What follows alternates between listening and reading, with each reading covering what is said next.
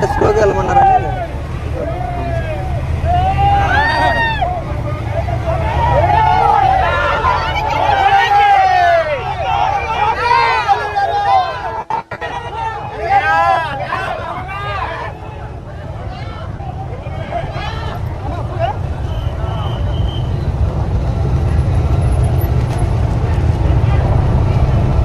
కొంతమంది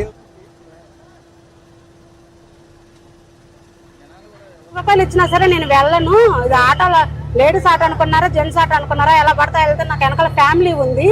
మీరు ఇచ్చే డబ్బుల కోసం కాదు కదా నాకు వచ్చింది ఆటో.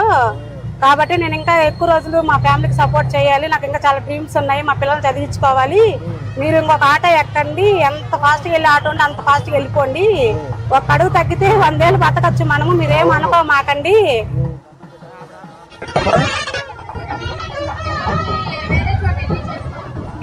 ఇప్పుడు వస్తాయి మా కంపెనీలు వస్తాయి.